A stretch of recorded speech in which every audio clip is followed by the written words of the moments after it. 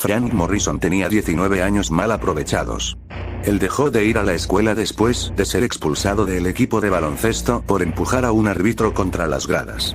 Sin embargo, Frank era un joven con potencial, que podía iluminar su habitación a pesar de su tan sombría infancia. A los 6 años de edad, se lo habían llevado de Calgary para empezar un circuito de hogares de adopción. No importaba cuántas veces él había atacado, hecho rabietas y metido en peleas, lo siguieron trasladando a casas nuevas y desconocidas. Su última jugada había sido 3 años antes cuando su último padre adoptivo, Clive Andrews, lo recogió del centro de adopción. Ellos habían estado en la carretera durante 7 horas antes de llegar a un pequeño bungalow en Ormond. Había sido el tiempo más largo que ellos habían estado juntos. Clive estaba demasiado ocupado intercambiando cheques de servicios familiares por bebidas en el bar. Ormond era un pequeño y rancio lugar, un pueblo remoto de 6.000 habitantes donde los inviernos grises se prolongan la mayor parte del año. Frank hizo todo lo que él pudo para entrar en otra familia adoptiva, pero cambió de idea cuando su atención fue atrapada por una hermosa chica que estaba convencida de merecer una mejor vida en Ormond, y Frank, quien era un forastero, era su boleto de salida. Frank fue a las fiestas que ella organizaba, donde todos eran más jóvenes que él y fáciles de impresionar, lo cual le agradó. Él conoció al impulsivo Johnny, a quien le gustaba presumir, y la tímida e ingenua Susie, la mejor amiga de Julia. Pasaban el rato en una cabaña abandonada en el monte Ormond. Su tiempo juntos fue la ruptura perfecta a la aburrida monotonía de sus pequeñas, insignificantes vidas. Frank lo vio como una oportunidad para convertir su falta de experiencia en algo poderoso. Puso en fila noches de libertinaje y alboroto, poniendo a prueba sus límites. Bullying, vandalismo y robo fueron esencialmente sus planes de fin de semana. Llegó a un punto en el que ellos habrían hecho lo que sea que él pidiese. Nada estaba fuera de los límites cuando ellos se ponían sus máscaras. Una noche, Frank retó a Joey a vandalizar la tienda que lo había despedido recientemente. A hurtadillas ellos entraron al lugar con facilidad ya que se suponía que el lugar debía estar vacío después de las horas de cierre. Pero un conserje que aún permanecía en el lugar tomó a Julie tan pronto como ella se acercó. Al oír que ahogaba los llantos, un oscuro impulso se apoderó de Frank. Él se apresuró a asistirla con un cuchillo en la mano y, sin dudarlo, apuñaló con el cuchillo a la espalda del conserje. Mientras el grupo miraba a Frank en shock, él les ordenó terminar el trabajo. Joey apretó su mandíbula, tomó el cuchillo, y apuñaló al hombre que estaba sangrando en las costillas. Susie no lo quiso hacer. Frank le gritó a ella. Tenían que terminar el trabajo que ellos habían empezado. Julie cerró sus ojos y con el cuchillo en mano apuñaló en el pecho del hombre. Ella le dio la hoja manchada a Susie. Ellos ahora estaban juntos en todo esto. Susie miró a Julie con incredulidad mientras Frank tomaba el cuchillo de sus manos temblorosas para luego introducirlo en la garganta del moribundo. Frank les dijo que se movieran pronto. Ellos trapearon la sangre del suelo y escondieron el cuerpo en el maletero del coche de Joey y condujeron hasta Mount Ormond. Los 4 estaban cavando en la nieve fangosa para deshacerse del cuerpo cuando Frank vio que algo se movía por el bosque. Él tomó su cuchillo y se separó del grupo para ir a revisar. La niebla se engrosó alrededor de Frank, volviéndose tan densa que él pronto no pudo ver más allá de sí mismo. Él volvió sobre sus pasos y tropezó con un sendero siniestro. Siguió el espeluznante camino, como si fuera llamado por la oscuridad. Julie, Susie, y Joey terminaron de cavar, pero Frank no estaba en ninguna parte. Julie encontró sus pisadas en la nieve y los 3 siguieron el sendero, lo cual los llevó a la profundidad del bosque. Cuando Julie, Susie y Joey no regresaron a sus hogares aquella noche, sus padres pensaron que ellos habrían escapado con Frank. Cada familia fabricó una distinta teoría. Sin embargo, el ambiente en la ciudad cambió cuando un cuerpo fue encontrado en una cabaña abandonada en el monte Ormond. Filippo Homo llegó a los Estados Unidos con nada más que la esperanza de un nuevo comienzo. Estaba más que satisfecho cuando un hombre musculoso llamado Azaroff le ofreció un trabajo en el desguace Autohaven. Se trataba de un pequeño cementerio de automóviles donde los policías sobornados harían de la vista gorda ante los negocios algo turbios llevados a cabo en el patio de chatarra por Azaroff, pero a Homo no le importó. Sabía que no podía esperar un estilo de vida lujoso sin trabajar duro durante un largo periodo de tiempo. Entonces fingió que no existía. Había visto actividad delictiva de cerca en su tierra natal, pero mientras no lo implicase a él, había dejado que las cosas fueran como eran. simplemente arreglaba autos y maneja la trituradora, algo que le gustaba especialmente. Entraba un coche y sale un cubo metálico pequeño. No fue hasta una noche en la sombra, que él, por sorpresa, vio sangre brotando de la parte trasera de uno de los coches sin comprimir. En silencio, lentamente abrió el baúl. Dentro, vio a un joven amordazado, maniatado y con una mirada aterrada, arañaba ferozmente las paredes intentando escapar de lo que seguramente creía que era su verdugo. Con prisa, Ojomo liberó al chico, usando una baraja improvisada para liberar los lazos. Temeroso, la víctima salió corriendo, derribando una pila de llantas y esparciendo una pila de latas de comida. Se estrelló contra la puerta cerrada del garaje, golpeándose violentamente como un animal salvaje en un intento de huir. Filip Ojomo apenas podía moverse cuando su jefe, Azarov, decidió en ese momento controlarlo, abriendo de par en par la misma puerta y haciendo que el chico se desplomara y cayera al suelo.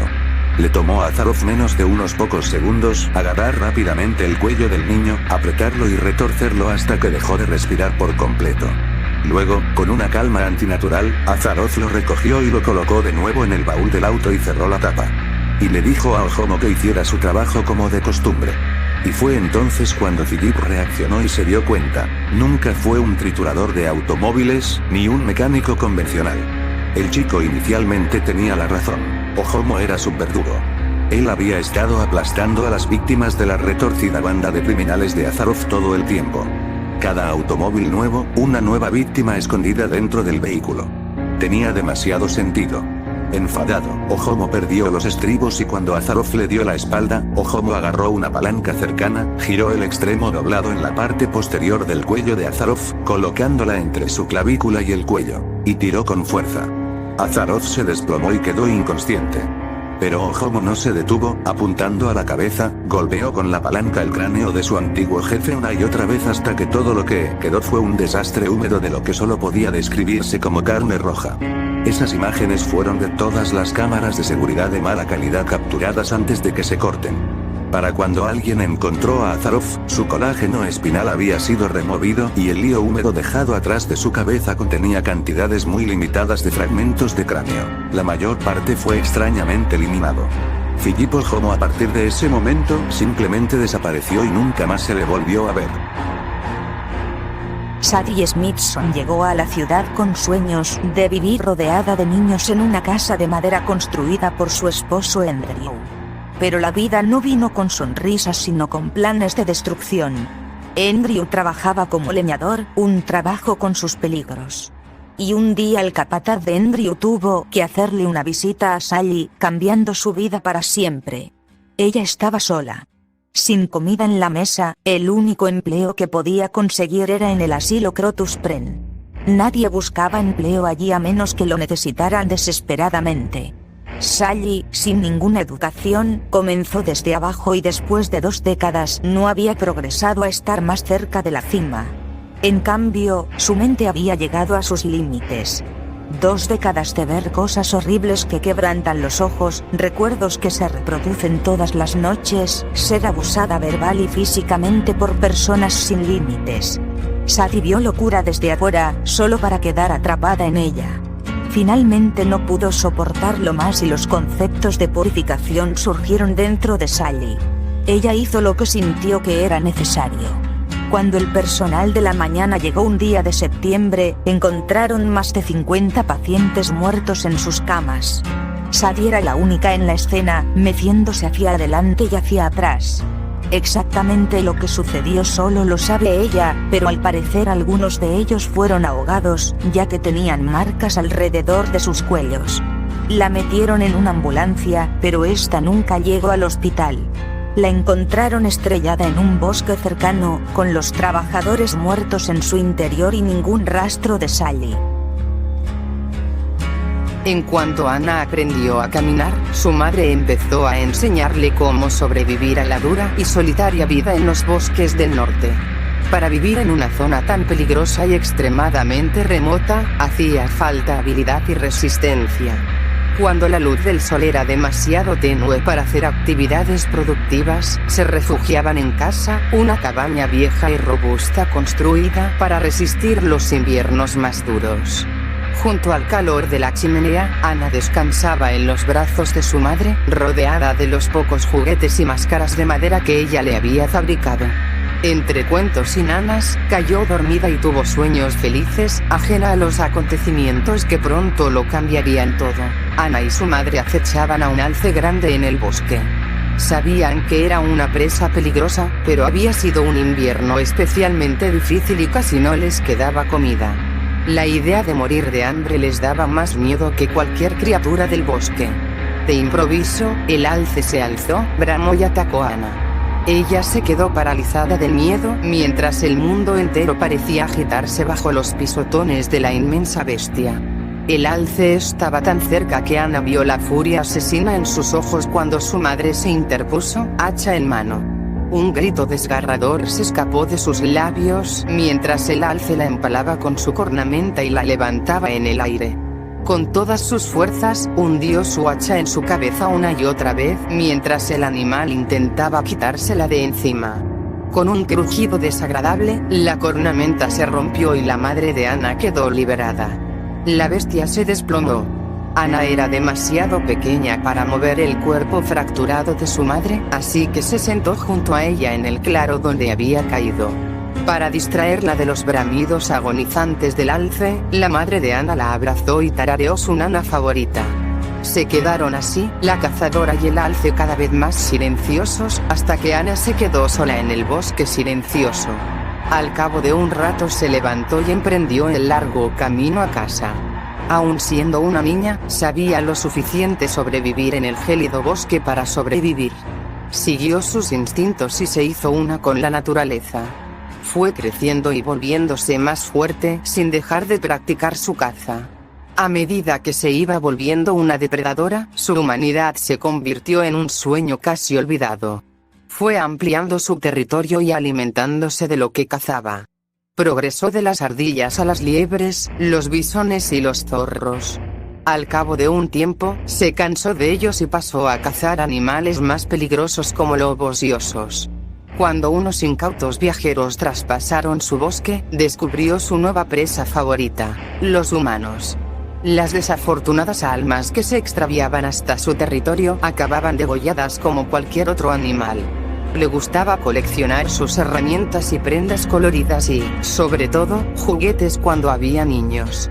Pero jamás reunió el valor para matar a niñas. A las niñas se las llevaba a su casa, en las profundidades del bosque. Le producían admiración, y mirarlas despertaba algo en su corazón. Ansiaba la cercanía de un ser querido, una hija suya. Ataba a las niñas del cuello con una cuerda áspera y rasposa sujeta firmemente a la pared entre los juguetes de madera, los muñecos y los cuentos saqueados que no sabía leer. No podía permitir que se alejaran, o sufrirían una muerte segura en el bosque. Una y otra vez, las niñas se consumían y morían de frío, hambre o enfermedad. Una y otra vez, aquello sumía a Anna aún más en el dolor, la pena y la locura. Se sentía obligada a intentarlo de nuevo y se ponía a atacar las aldeas cercanas para asesinar a familias y secuestrar a sus hijas. Se colocaba una de las máscaras de animal que su madre le fabricó durante muchos años antes para intentar sosegar a las niñas asustadas. Los aldeanos difundieron la leyenda de que una especie de bestia acechaba en el bosque rojo, la cazadora, que mataba a los hombres y se comía a las niñas. La guerra acabó llegando al bosque. Los soldados alemanes empezaron a atravesarlo en su marcha para atacar al imperio ruso, que se derrumbaba. En aquellos tiempos sombríos ya no pasaban viajeros. Los aldeanos habían abandonado sus hogares y ya no encontraban niños, solo soldados. Hallaban a muchos de ellos con violentas heridas de hacha. Grupos enteros desaparecían misteriosamente. Cuando la guerra hubo terminado, los rumores sobre la cazadora desaparecieron con ella, sepultados en el bosque rojo. El trampero. Evan Macmillan adoraba a su padre. No solo porque fuera heredero de la gran fortuna de Archie Macmillan, sino por cómo administraba su finca. A pesar de una actitud amistosa y una respetable hospitalidad hacia los invitados, su padre era, antes que nada, un hombre de negocios. Sostuvo un barco apretado con una actitud estricta hacia los sirvientes y el personal de la finca Macmillan, a menudo trabajando duro y duro por poco dinero. Y Evan admiraba eso. Criado y trabajado bajo tales principios despiadados, Evan pasó a dirigir a los trabajadores con mano de hierro. La producción siempre fue alta, debido a las innumerables grietas en cascada tachonadas con oro precioso y minerales debajo de la propiedad. Con el tiempo, Evan asumió más responsabilidad por las operaciones mineras que su padre. Las horas de trabajo aumentaron y la paga disminuyó aún más, bajo el nuevo liderazgo. Conforme pasó el tiempo y la fortuna Macmillan ascendió a niveles récord, la salud mental de Archie Macmillan se desvaneció en el fondo. Un hombre que alguna vez fue leal y cercano, se quedó postrado en la cama, tan frágil que a menudo no lo veían en la mina durante días. Evan pasó innumerables horas y gastó mucho dinero en varios ungüentos y tinturas que se dice que tienen la capacidad de curar semejante dolencia.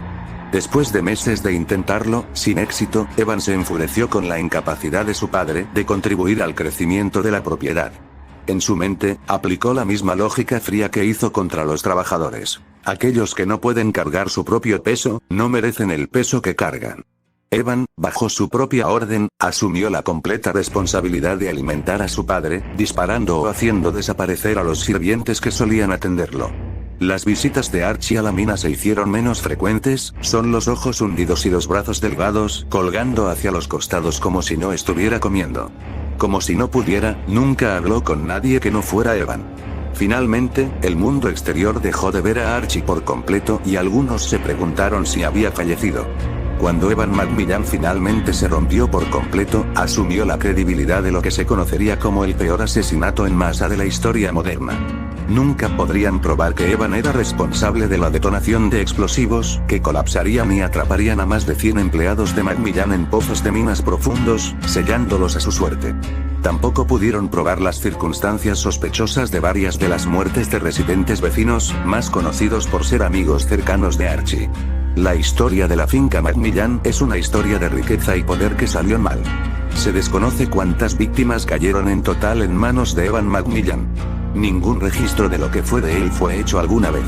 Su padre es otro acertijo sin resolver, encontrado atrapado en el sótano cerrado de su propio almacén, hambriento y abandonado. John Kramer, más conocido como Jigsaw, planificó el nacimiento de su hijo para el año de cerdo del zodiaco chino como un tributo a la fertilidad y el renacimiento, un nuevo comienzo para él y su mujer y el inicio de una vida dichosa para su hijo. Sin embargo, el plan deterció la fatídica noche que un drogadicto se coló en la clínica de su mujer para saciar su síndrome de abstinencia. Cuando dichoso acontecimiento resultó en la muerte del feto, John finalmente atrapó al drogadicto y lo convirtió en su primer sujeto de pruebas. El cerdo había cambiado para siempre. Se transformó en la personificación de la enfermedad que pudría el corazón de John y le recordaba que no somos más que carne a menos que nuestras acciones nos hagan aferrarnos a la vida y logremos escapar de las fauces de la muerte. El cerdo se convirtió en recipiente, un agente de Jigsaw que transportaba a los sujetos hasta sus pruebas. Para los supervivientes, el cerdo seguía simbolizando un renacimiento, si bien en forma de aprendices o discípulos de Jigsaw. Ese fue el caso de Amanda Young, un alma afligida cuya vida era un catálogo de dolor, el que sufría ella y el que hacía padecer a aquellos que la rodeaban. Todo esto cambia al enfrentarse y superar la prueba de Jigsaw. Cuando al final aceptó que su vida tenía valor, se hizo devota de la causa de Jigsaw, lista para tomar el relevo cuando el cáncer lo consumiera. Pero cada vez dependía más de John, sentía angustia por su muerte inminente y estaba convencida de que sus víctimas jamás serían capaces de salvarse a sí mismas, de renacer en el crisol de los juegos. Viendo esto, John le hizo partícipe de otra prueba, una nueva oportunidad de salvarse a sí misma, pero Amanda permitió que la ira y los celos dominaran sus actos. Falló el juego y recibió un balazo como consecuencia. Mientras se desangraba en el suelo alicatado, la oscuridad tiñó su visión, acompañada por el misterioso crujir de unas ramas. Despertó en un bosque, viendo el mundo de nuevo a través de los ojos del cerdo. Los árboles de su alrededor extendían sus ramas intentando desgarrarla. El pánico la apoderó de ella mientras escuchaba su respiración dentro de la máscara. ¿Habría sido condenada a pasar el resto de sus días detrás de esa careta? O tal vez fuera otra prueba.